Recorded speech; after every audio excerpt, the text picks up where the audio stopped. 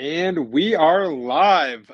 Just waiting for CP to hop on in here. You should be in here any minute, and we'll get right into it. Hope everybody had a fun draft weekend. I thought it was a pretty good weekend for our Bears. Can't wait to get into it with CP. It looks like he's joining in right now. He should be.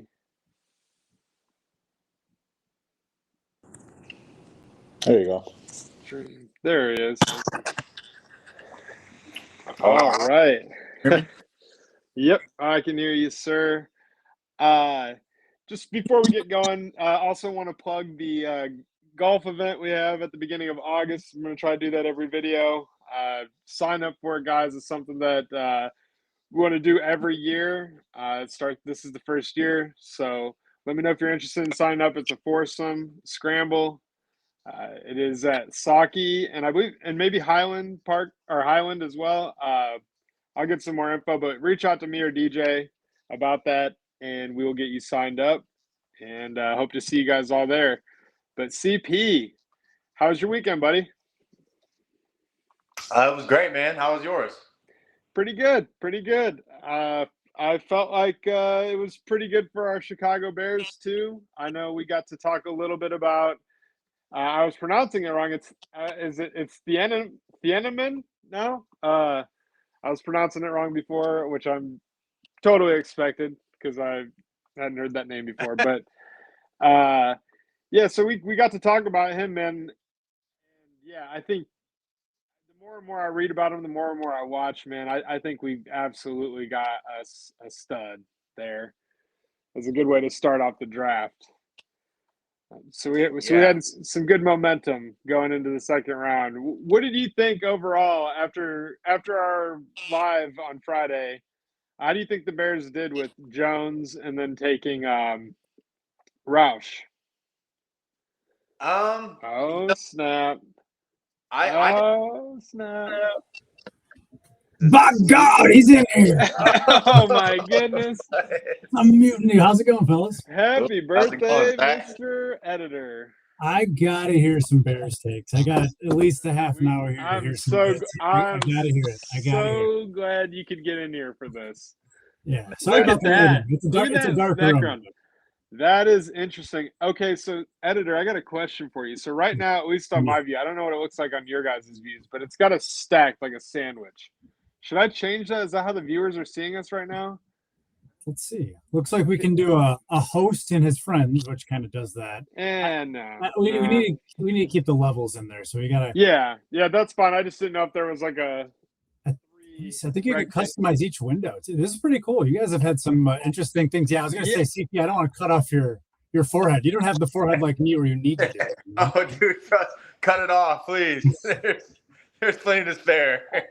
Yeah, I don't have a laptop yet a proper laptop to run this. So eventually, once I get one of those, I'll have a little bit more navigation and accessibility to mess around with this. Yeah, if you want me to try a couple things, I can. But I figure we could probably. If this one's fine, that's fine. Sorry, folks, we're all learning here still. We haven't had access to something this cool as Restream, so we're still learning our way around it a little bit. Yeah, I don't want to waste Zach's valuable time. Yeah. So, all right. Can we go over the first pick? Because I feel like we all think it's a knockout of the park. I mean, watching the tape is incredible. Yeah. So, I mean, you guys take it away. What did you see with the first pick? Absolute home run. Him and Kobe Bryant, it's going to be so fun. The secondary is going to be a lot of fun. A lot of fun. Yeah, I love the pick, Zach. I'm excited for the player. The athletic profile, the production, going back to his, true freshman year at Purdue. I believe they said he was voted as the team captain, so he's kind of got those intangibles, just a natural leader. I'm more than excited. Again, I've talked about this before, where I've loved a pass rusher. Just looking at the guys that were there, give me the blue chip safety over just a swing at a pass rusher who may or may not be the guy. Now, let me ask you this. I noticed with a lot of his highlights, do you guys think he's going to be helping with the run a little bit more? Do you think he's going to be playing the ball hawk? Because in his highlights, there's a little bit of both, but a lot of it is him getting and covering that honey hole that the that cover 2 spot, that soft spot behind the corners, outside the safeties. It looks like he has the range to consistently get over there and make a play. Do you guys see him doing that or stepping into the box a little bit more? I think his athleticism is going to allow him to do pretty much whatever he wants to do. I mean, whatever DA is going to set up for him, I mean, I think he could be a menace in stopping the run in coverage. I think that athleticism just pops anywhere it's going to be on the field, how you're using them. Yeah, I guess, to Jim's point, I think that's why you draft a guy like him in the first round, because he can do a little bit of everything. Obviously, at Purdue, he kind of played that post safety, that single high free, type of safety. And then at Oregon, they had him more, down in the box, a lot in the slot too. I think that safety versatility is why you take him in the first round. So him and Kobe Bryant can kind of do both. You don't know what type of defense they're in, whether they're going to be in the single high or drop back in the 2 shell, and they're going to show the looks and then change out at the last second. I think that's what's so exciting, because we don't have that pass rusher, so we have to kind of confuse the defenses, and I think it starts with the safeties on the back end. Okay. Those are all good points. I would be curious too. Our secondary wasn't vaunted by any means last year. I think we could all nod our heads and agree. Yeah. we had some great interceptions and takeaways. Do you think this new setup we have is kind of leading to us maybe being able to replicate some of that? Or do you think the regression kind of comes back a little bit and you still, you're maybe not as turnover heavy, but maybe your coverage is a lot better? Where do you think we end up there? I think you probably meet somewhere in the middle, right? So you're not going to – like if you look at the Bears' defense last year in terms of like yardage versus turnovers, like they gave up 1 million yards. But they seemed to get the turnovers, which kind of limited the touchdowns.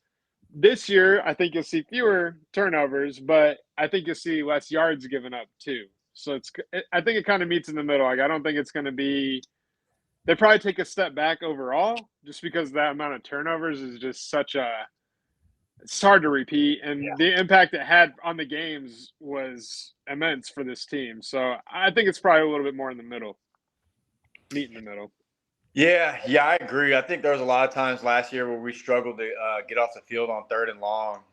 I think having a healthy Jalen Johnson back, a sticky cornerback 1 is going to help. Kyler Gordon was obviously gone the majority of the season, and we got faster on defense. I think we can all agree with that. So bringing the pressure again. I think Kyler Gordon is one of our better, blitzing defensive backs. And you have the new safety in there who's also super fast. I think you can do a lot of the pressures and the simulated pressures. That's going to help you get off the field on 3rd and long. Because last year, if it was 3rd and long, I chalked it up as a first down. I don't know about you guys, but I was like, we're there for 3rd and 15. Because we didn't have the pass rush. And again, our secondary, they were, they could get turnovers, but they weren't sticky. Time again, they were going to get the first down. So I'm with Jim. Prone to the big play, for sure. There's regression to the mean on the turnovers, but again, a more talented secondary will help you get off the field on 3rd and long. Yeah, it seems like this year we skewed heavily athletic, which is probably never a bad thing. And I think we're all pretty shored up with what they did with their first pick. I think maybe towards the end of the draft, there's questions, but there's still some optimism. Do you guys want to go into the second pick, or do we want to talk about what we potentially didn't do with the first pick, which I know has been the talking point of, if we were going to use a good value pick, maybe we try and find a way with that first rounder to do some other things with it. Obviously, defensive lineman was a talk. So do we want to address that now? Do we want to address it later? It's going to be addressed. Yeah.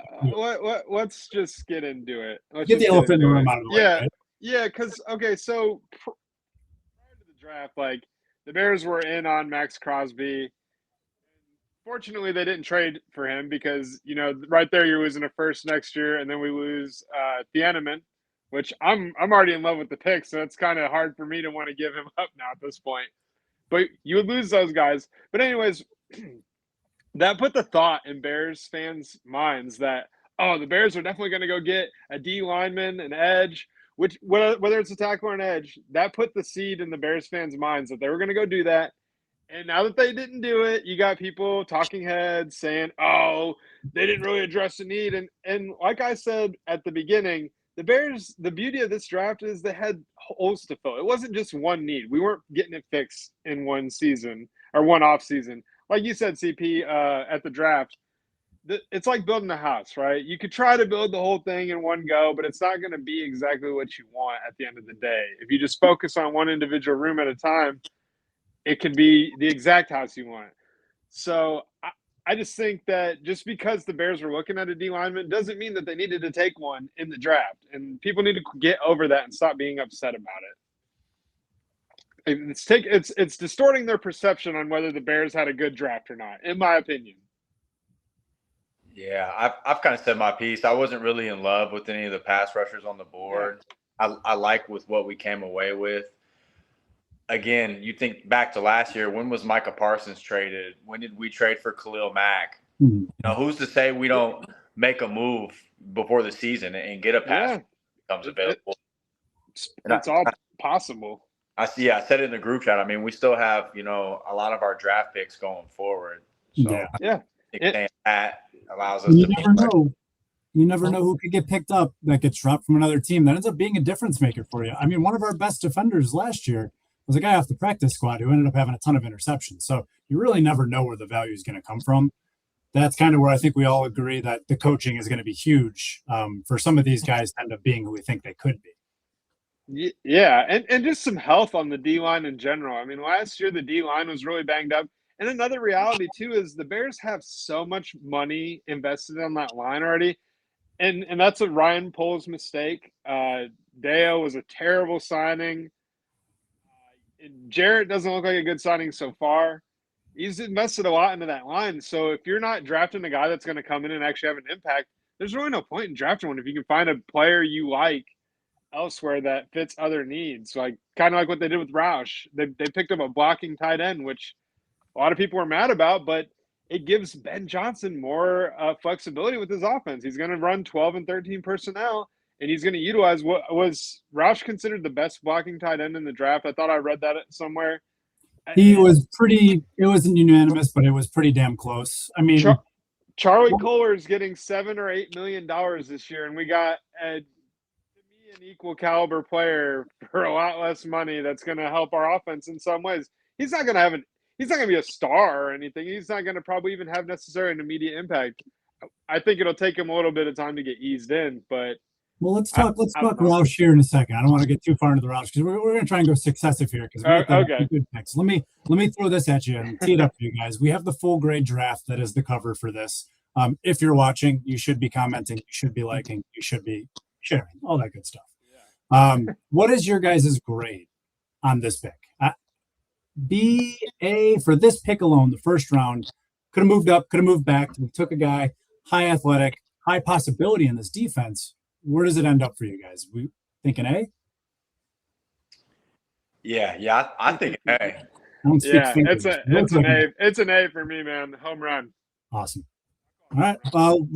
We can talk about two things here. We could go to the next pick, or we could talk about potentially the value there was in the early second. Polls basically said that it was a hot spot that a lot of people tried to jump into. He didn't necessarily feel like they had the ability with the picks he wanted to put away to move into the early second. Was there anyone for you guys that you wanted to try and move up in the early second, maybe mid-second to grab? I know the Illinois edge rusher, Gabe Majakis. Yeah, was one of them. I know I brought up McDonald because he was touted as one of the best, if not the best, run stopper. Do you guys think there was a play there? Are you guys glad they didn't do it? What do you guys think? You go ahead first if you want, CP. Yeah, again, I think you'd be smart with your draft capital. I'm not sure what they're asking for. If you're thinking about moving up for an edge rusher when there's a run on edge rushers, I'm sure the price was a premium price. Again, I think Foles is smart about giving up his capital sometimes. I mean, he's also, traded for the caveat right there at the end. You made sure. Yeah, hold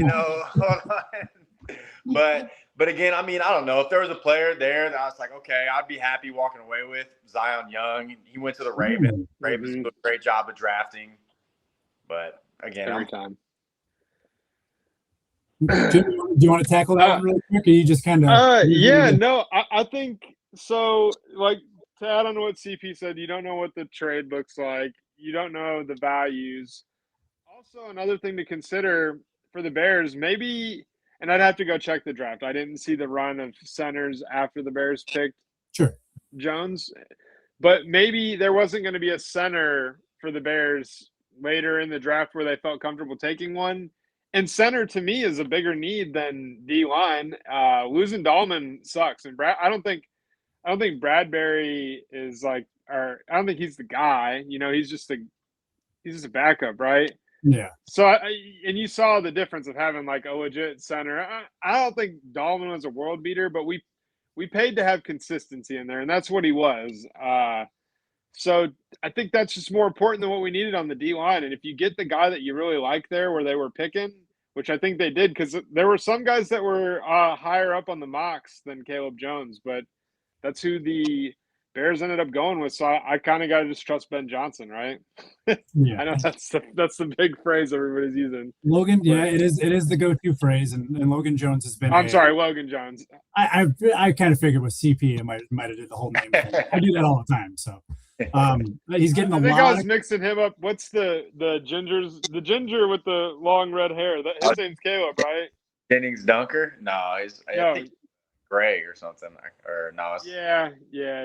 Okay. Sorry. Yeah. Logan Jones. Well, while we're talking Logan Jones, we have a guy who's getting comparisons to a guy we didn't go really after. And oh man, now I'm forgetting the name from the Ravens. Help me out, guys. Yeah, because they did the D tackle to center transition, if I recall. Lindenbaum. Yeah, correct. Yes. So he had the same career transition. He was pretty much the unanimous best center in college football, one of the best athletic scores out there, and was also the pick of the litter for centers because was it Slaughter and a couple other guys ended up going a little bit later. So could have had the Florida center. You could have had a few other guys you wanted. So we went with Jones, who's, you got the whole T-Rex arms thing comes to be a conversation. Could he get the pop before they get him? But he proved in college he can do it. What did you guys think of that one? I like it. I don't think T-Rex arms is much of a concern on the interior part of the line. Not as much as it would hamper like a tackles like score, I think. I mean, I'm not saying it's not nothing, but I don't know that the T-Rex arms is overly big knock on him. But I like the pick, man. It addresses the need. If you got the center that you want, then I'm good with it. He came from Iowa. That they produce O-linemen left and right. Other than that, I feel like he fits exactly what Ben wants to do, which is why they took him. So he's very athletic. I think this was like, didn't the Bears have the highest like athletic score of any draft class this year? Highest RAS across the board. Now you can look up a RAS before and after each single player, and you're going to see the examples of greatness, and you're going to see the examples of guys who are track stars who never learned the soft skills of football. Right. So you got to be careful with that. But these are all guys who we're going to get to Roush, but he's a guy who you see guys with that high RAS score at the tight end position, and they can't catch, right? But they can't block. That's the bread and butter for the guy we went for. And that's why you got him. So realistically, you kind of took the best of both worlds. And I still want to focus on Jones because that's a key point. But what do you guys think ultimately Jones is starting this year? Yeah. I think so. Your second round center should be starting, in my opinion. Maybe not an issue. I've read it might be like a little bit of a learning curve, but yeah, I'd expect him to be starting at some point. I think he competes for the job. I think he earns it. Obviously, a high draft pick. You would like him to come in and start, but we have Garrett Bradbury, starting center for a team who just went to the Super Bowl last year. I think he's got all the tools. Again, I like the pick. At first, I didn't know too much about him. Iowa linemen, I guess, signed me up for that. But then, obviously, you talked about the transition that they did with Linderbaum. I mean, then the athleticism is off the charts. He's a little light in the rear, a little smaller, a little undersized. I think I just listened to Matt Miller talk about a baby Kelsey. He didn't quite want to put a stamp on it and say he's the next Jason Kelsey, but a lot of similarities there. Again, it'd be nice, but strong. And then the agility testing is off the charts, and that's important for what Ben Johnson requires from the center in this system to get out and pull and space and get to that second level. I think he's the perfect scheme fit. And Jake Slaughter went a few picks later, so you could say that they reached for a center. Again, we don't know because the center went. So if you want your pick at center, then this was the spot to get him. Yeah, I agree. And not being a Florida homer, I kind of was like, Slaughter has that ideal size. They said he's pretty much ready in pass pro. But having a center who could replicate some of the things Kelsey did, and I feel like that is one of those, is with CP, what you mentioned, the pulling aspect, getting out in front, and hopefully just being a leader. It seems like that was kind of a big thing for him in Iowa. So what do we got grades for our second round pick? What do you guys ultimately put him at? I'd give it a B. Yeah, I'd give it a B as well. It addressed a huge. I mean, center is a long-term need, and if you got your center for the next 7 to 10 years, it's pretty solid. Absolutely solid. All right. Well, we'll stick with that. I don't think I disagree on that necessarily. I think he has the potential to be a guy. I wouldn't mind him not jumping right into it. There's a lot of things with calling your own stuff on the line that he did do in Iowa that, things change when you get to the pros too. So you just got to see how that plays out. Maybe he's ready. Maybe we go with the experienced person. Either way, it's, I think, a good situation to have the depth. So third round pick, Jim, you've already brought him up. There's great comps. There's bad comps. Essentially in the third round, we took a blocking tight end with upside, plenty of upside. What do you think for the people who are saying that maybe we could have potentially gotten him later, or maybe that position as a whole could have been maybe deferred a little bit? What are we saying to those guys? I think the run on tight ends has started. Yeah. I was gonna say 9 in the first 2 rounds, something like that. Getting drafted with 20 career catches. I'm not throwing any shade at the Jaguars and their pick, but I think we got a good player. I mean, he didn't have the production profile. Again, a lot of people have been pointing out who was his quarterback. I'll give you guys $50 if you can name who the Stanford quarterback. I am not getting $50 from you. McShay said he's like, blame the quarterback play for the numbers you see. He actually referred to him as oatmeal, a quarterback's oatmeal, a soft comfort food, because of how he could be an easy person to get the ball to. I mean, if you already got a guard, all the guys we are throwing out there, and our third tight end just runs a block chip release, and he's got all that room to run, that could be interesting. He's a big guy. I mean, and tight end's one of those positions. You see Kittle go in the 5th round. I mean, look at what he did in college.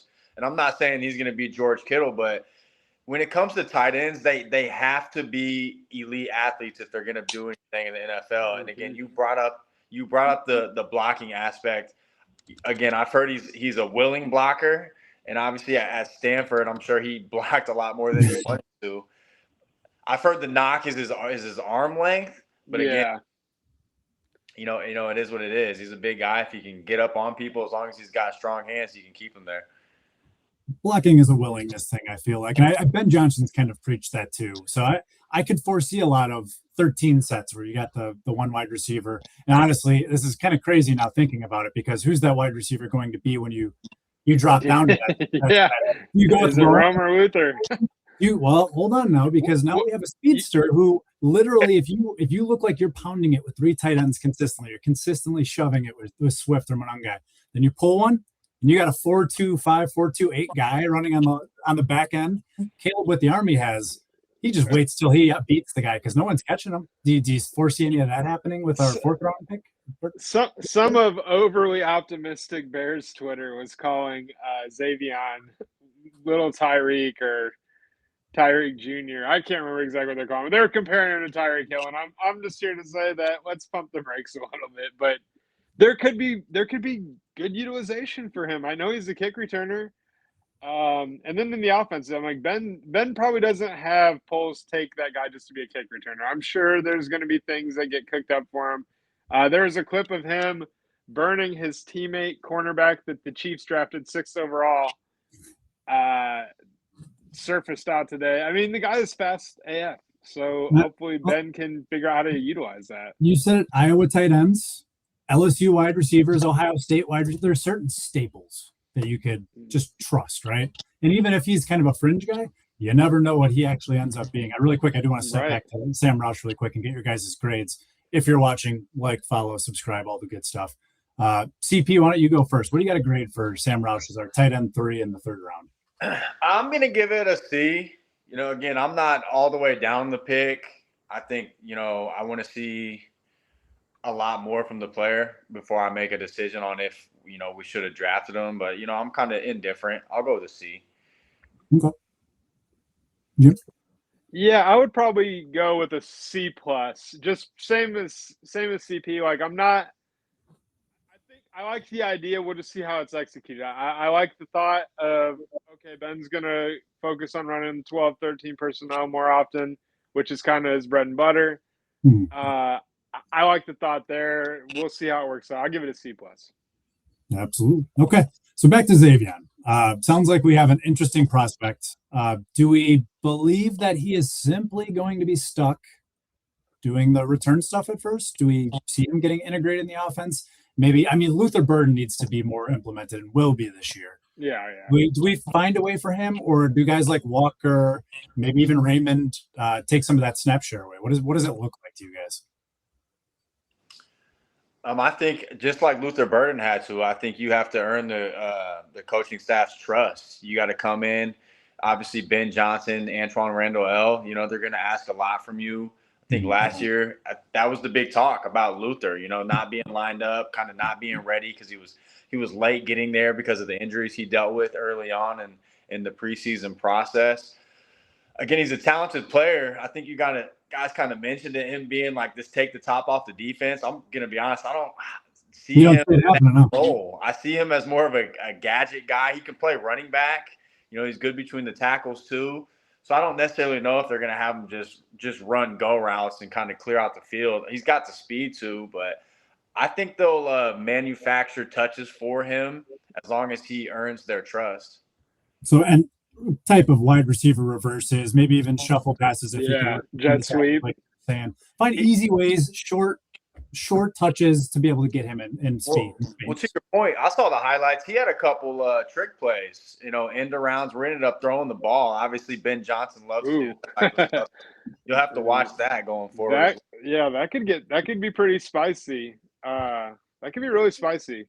After a couple years, we might have to come back to who's Ben Johnson has drafted and see if there's a correlation between highlight reel plays with trick plays, where he's like, because he's that football sicko who's sitting in his room and when he sees a trick play that he could try to steal, or a guy who could be the other end of a play he thinks he can't run right now, probably loves the idea of it. See him smirking to himself at his own camera. It's kind of funny because CP and I were talking about like looking at the fourth rounder. Like if the Bears were to take a receiver, we were both kind of in agreement that Zachariah Branch would make a lot of sense, and because he's super fast, he obviously has more acumen. Like he's definitely like more of a receiver than Xavion, in my opinion. But it's just kind of funny that the Bears did end up with a guy like that to be a gadgety player that's fast. He's even faster than Branch. So it'll be fun to see, like you said, Zach, the running back possibility. They have ways that they'll be able to use him, but I do think it'll be like a second half of the season thing. I think you'll see they brought Khalif Raymond in. He's very familiar with Ben Johnson. Ja'Day Walker, maybe he gets more of an opportunity this year. And with drafting Roush, like that kind of opens up, which Loveland is more of a receiver. Like you got to view him kind of as like a receiver as well. So like it'll be some time before we get Xavion out there, unless he's out there returning kicks off the bat, in my opinion, for the offense. Loveland's probably too good to not have him downfield looking for opportunities to catch the ball. And I think at this point, we saw what the offense can look like when he does. So right. I agree with that. Any other points on Xavion, or are you guys ready to give a grade? We can give him a grade. All right. What do we got? I will give it a C minus, mainly because it just doesn't. We'll see. It's a we'll see. You can see what they drafted, why they drafted him, but it's a very big risk. I'm going to give it a D plus, not necessarily because of the player himself. I would be irresponsible to not mention where he was on the consensus board and how I feel about being the smartest person in the room. I get it only takes one team for you to miss out on your guy. Again, I'm just usually against that thought process of reaching as high as they did on the compared to the consensus board. So that's the only reason. I like the player. I think he's a good fit, but could we have got him in the 5th or 6th? I don't know. It would have been a lot nicer of a pick if we did. A lot more value if we got him in the 5th or 6th. Well, that walks right into one conversation I wanted. I'm sorry, I think I said 4th round. I think it's 3rd round. I just want to make sure I clarify if that's actually the statistic. I think I'm getting him in the league mixed up.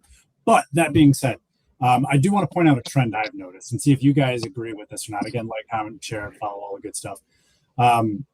Poles has been pretty familiar with taking special teamers and some luxury picks kind of in this middle spot of the draft. You think of Vilas, I'm calling Torrey Taylor. Any punter who gets drafted as high as he did is essentially a luxury pick, whether he's the best center or what he currently is, which is a mid-range punter versus being the best punter in the league. Do you guys think this is a trend that we will probably continue seeing? Do you think this is a little bit of a different situation because he could potentially be utilized more truly at like wide receiver running back / combo?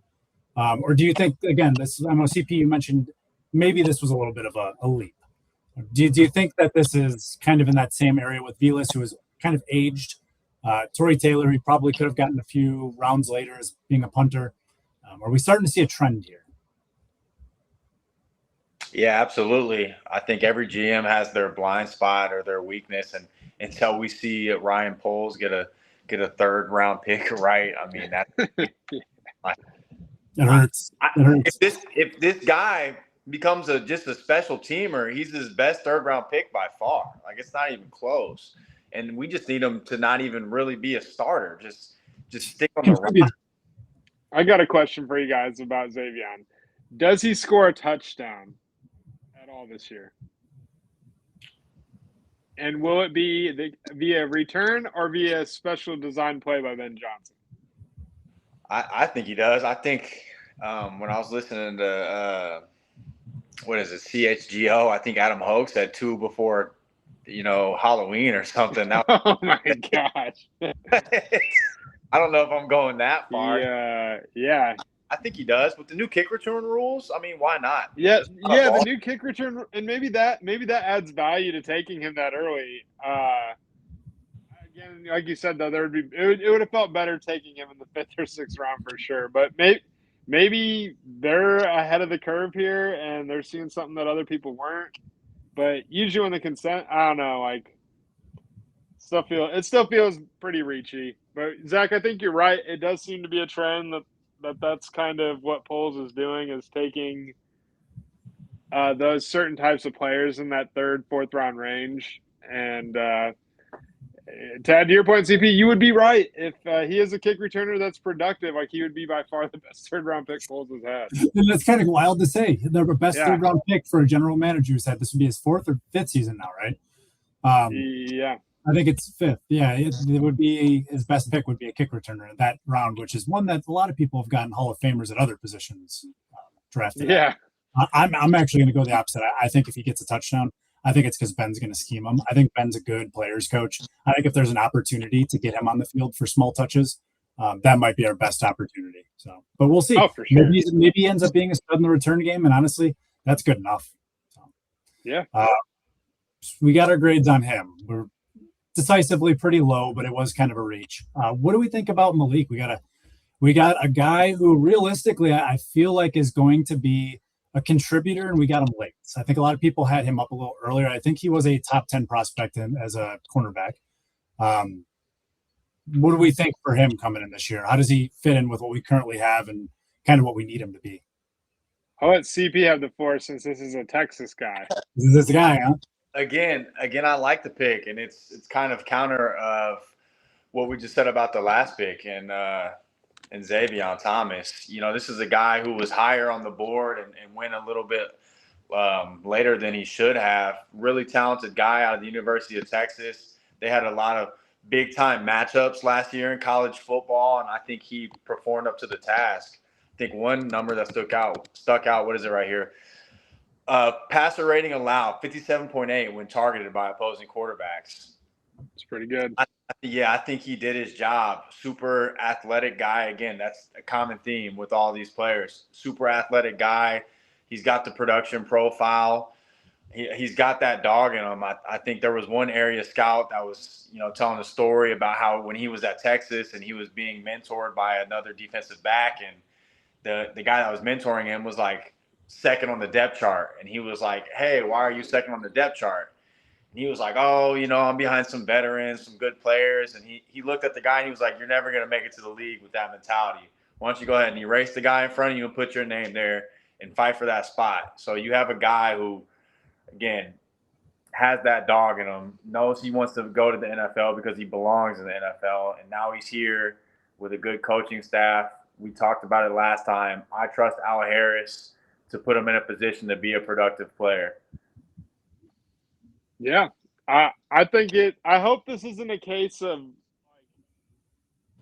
getting our hopes up on a guy as a 5th-round pick, but like, everything I read about him, it just was like this guy should have been taken higher. Why did he fall to the 5th round? And it seems like the Bears got a steal here. It seems like they got a guy that's going to have a chance to maybe come in and maybe make a little bit of noise in camp. I don't know if he opens up as a starter, but Stevenson seems to find himself in the doghouse every other week, it feels like. So maybe there's an opportunity for him to start on the opposite side of Jalen Johnson. Seems like a steal in the 5th from everything I've read. Yeah, well, hey, no complaints here. From what I've read too, he seems like a very good player. Now, I'm not following Texas football as closely as some of the people in this conversation, but I do know they've been a competitive program. So I feel like that's who you're kind of looking for. You get the optics of competitive football team. Let's pick some players out of there, right? You get your Alabamas back in the day or some of the more recent ones now.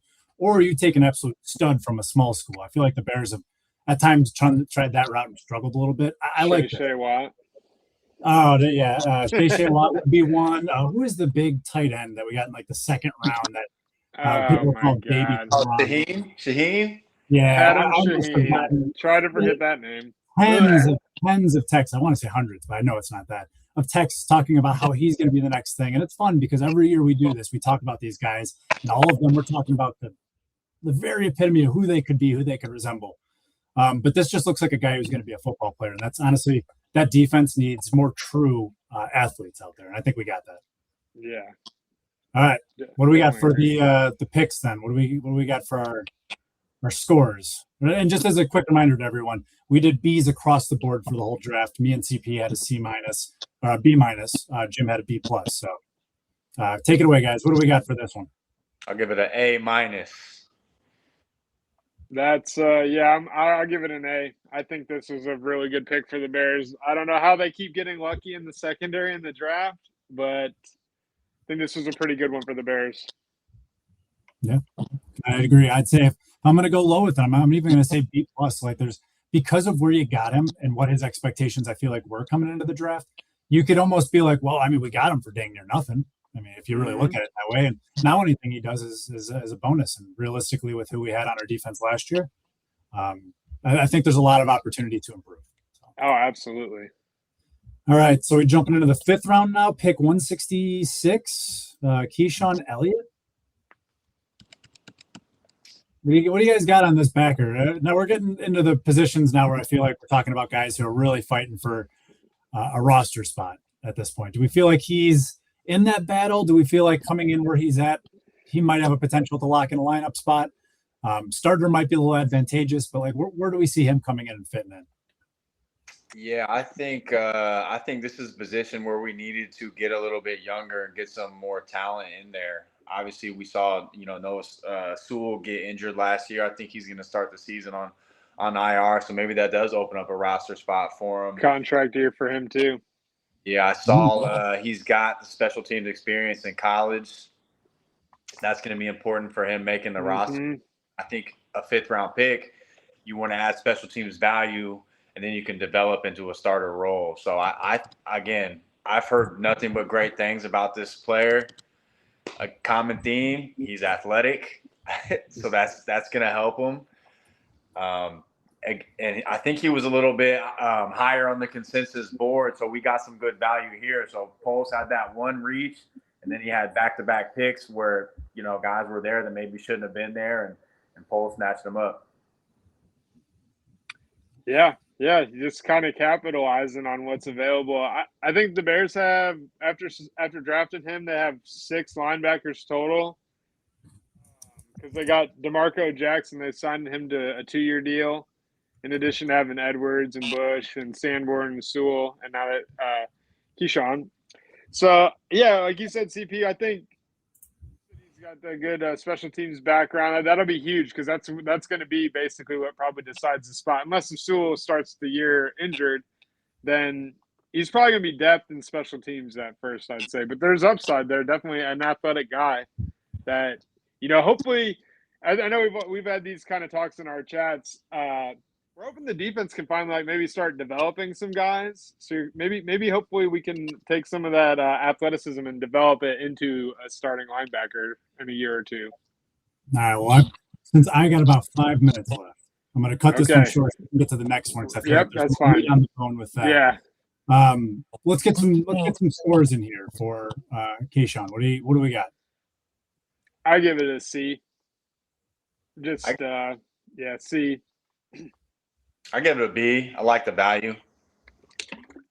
Okay, that's fair enough. Well, we got Vanderberg's going to be an interesting one because I think a lot of us have seen the videos. A lot of us have seen the bench press video, is specifically what I'm referring to. But we've seen some of the tape.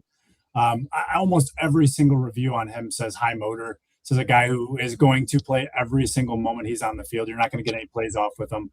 But can get clamped up a little bit at the defensive tackle position. But the other interesting thing about him is his relative athletic score. I believe he's like the second or third person ever at the D tackle position to have a perfect 10 score. And then we had one more after him in round 7 got selected to the Eagles. What kind of stock do you guys put in that, knowing that the first guy who did it is, not necessarily Aaron Donald? Does that have any value? Isn't that what you're supposed to do in the 7th round, right? Take a highly athletic project that you could dream on to maybe have some kind of impact on your football team? Right? I think they did that there, and yeah, we've all seen the tape. The dude is a freak. If you have any, like I just said a couple minutes ago, like the defense hopefully can develop some of these guys. I mean, if you see these tools here, like this is where coaching makes a difference in the NFL. Like if you could develop them even into a rotational D tackle, he could definitely have an impact just with his athleticism. Even if he isn't a 3-down tackle at the end of the day, if you're still being able to rotate him in there on certain plays, certain packages, there's value to that. Yeah, obviously the athleticism pops. This is a guy, former rugby player. So those guys are tough. Yeah, those guys are tough. I don't know, Lark. South African. So dare I say a draft day gym, maybe diamond in the rough,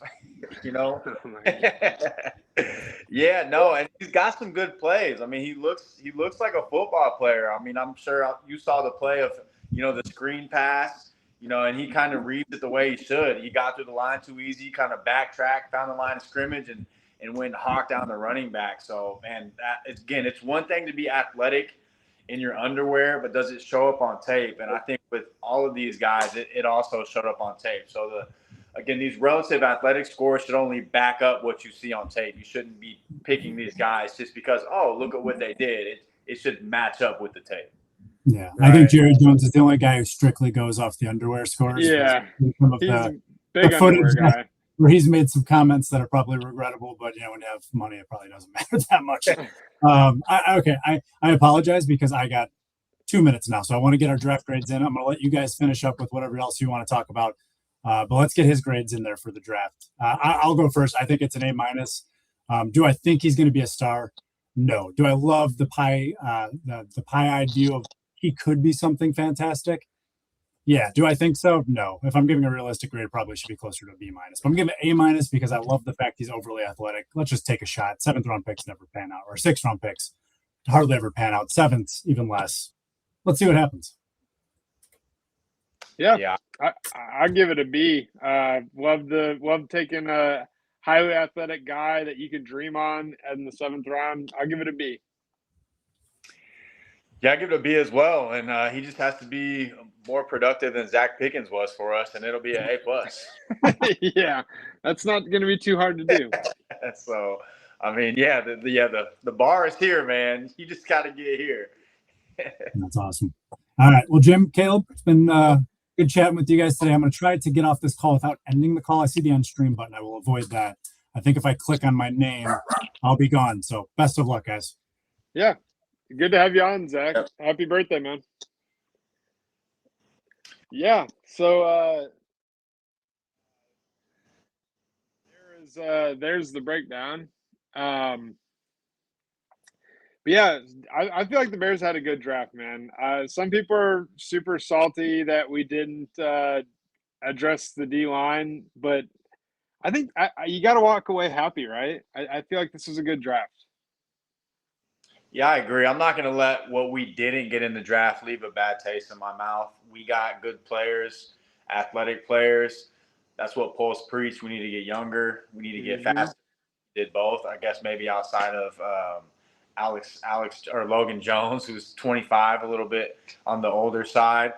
But like you said, the most athletic class or draft class in the NFL for 2026. So it's exciting. I want to see a young athletic defense. Last year there was times where they looked a little sluggish. You didn't see guys zoom into the ball, and then you would watch a team like the Texans, and it's just athletes just whoever's got the ball. I'm just like, it felt like you were watching a different sport.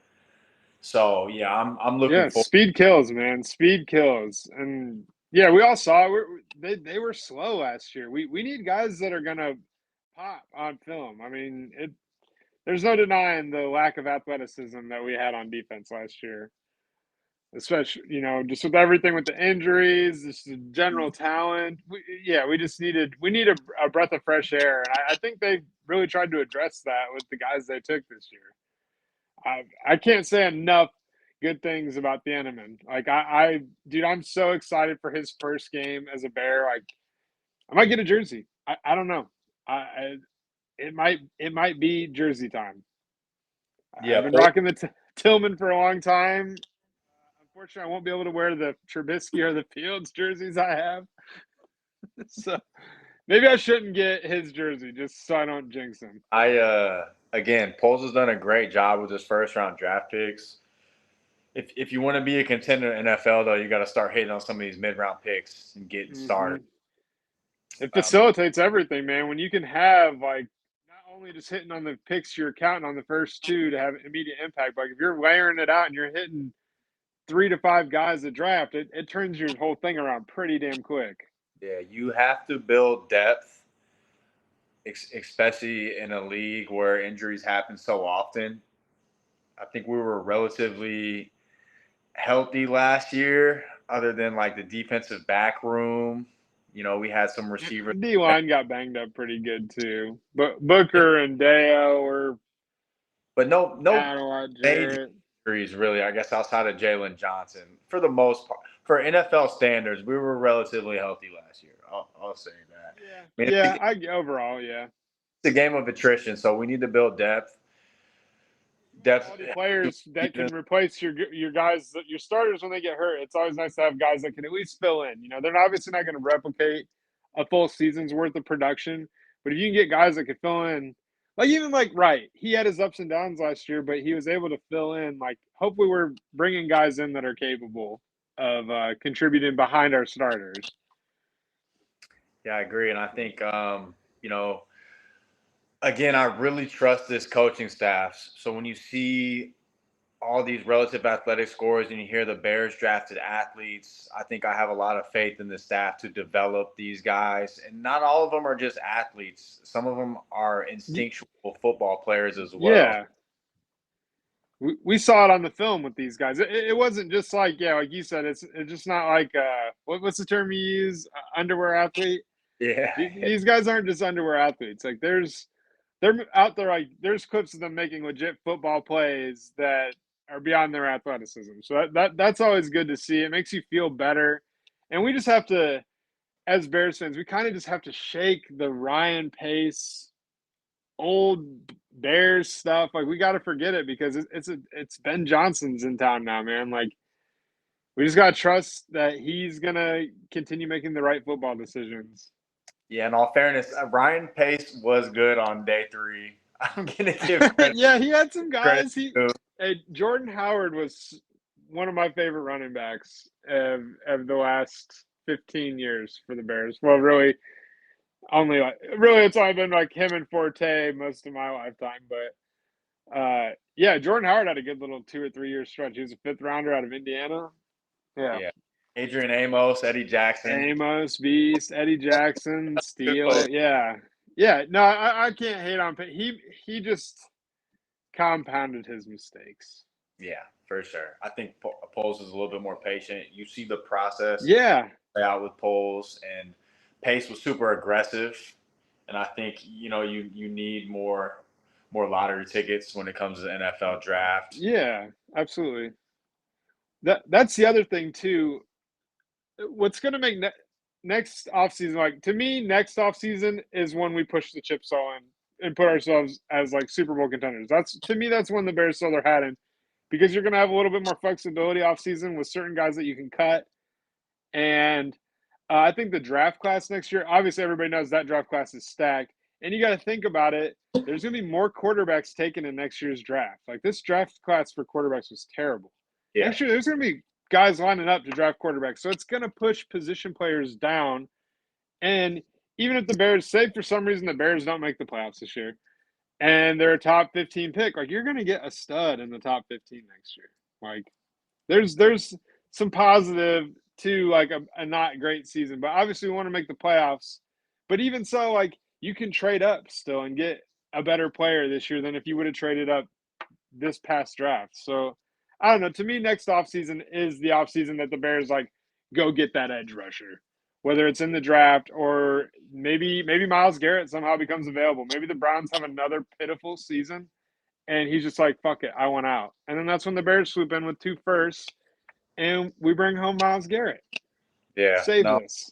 I agree. Yeah, all in all, again, I know Bears went into this offseason like, we need this. We need a defensive tackle. We need a defensive edge. And as much as I would have loved one, I don't want to mortgage our whole future to go and get one. I think Poles played part.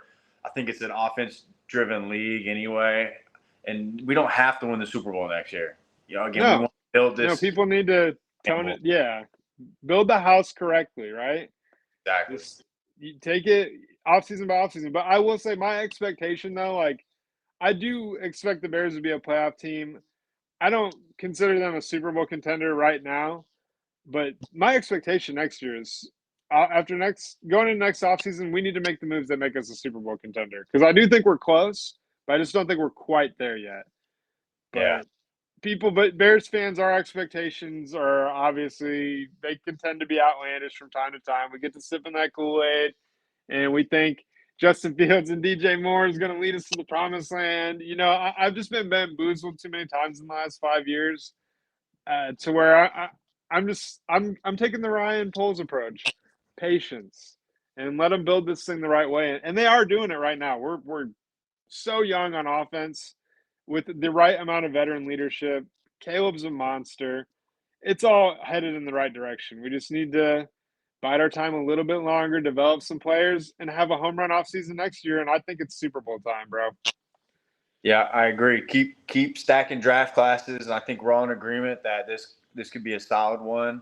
And again, we would love it to be great. So we'll see. Again, time will tell. Yeah. Matt Miller said this is the class that when we look back in 5 years, this will be the class that put the Bears over the edge. That's according to Matt Miller. Yeah, no, I agree. I hope It'd be fun. I hope so. But, hey, no, it's been good, man. Dude, it's a good breakdown tonight. We will, folks, I will be doing a Wednesday live for golf this week. We're not doing any of the individual videos this week, so just be Wednesday night live before lock for PJ DFS. I'll be doing that at 8 o'clock. I'll put an announcement out on the page. But yeah, thank you guys for all tuning in. CP, this was fun. We got the special guest appearance from Zach, which was awesome to see. But yeah, thank you guys, everybody. CP, I'll be talking to you soon, man. All right, man. Peace out, Jim. Later.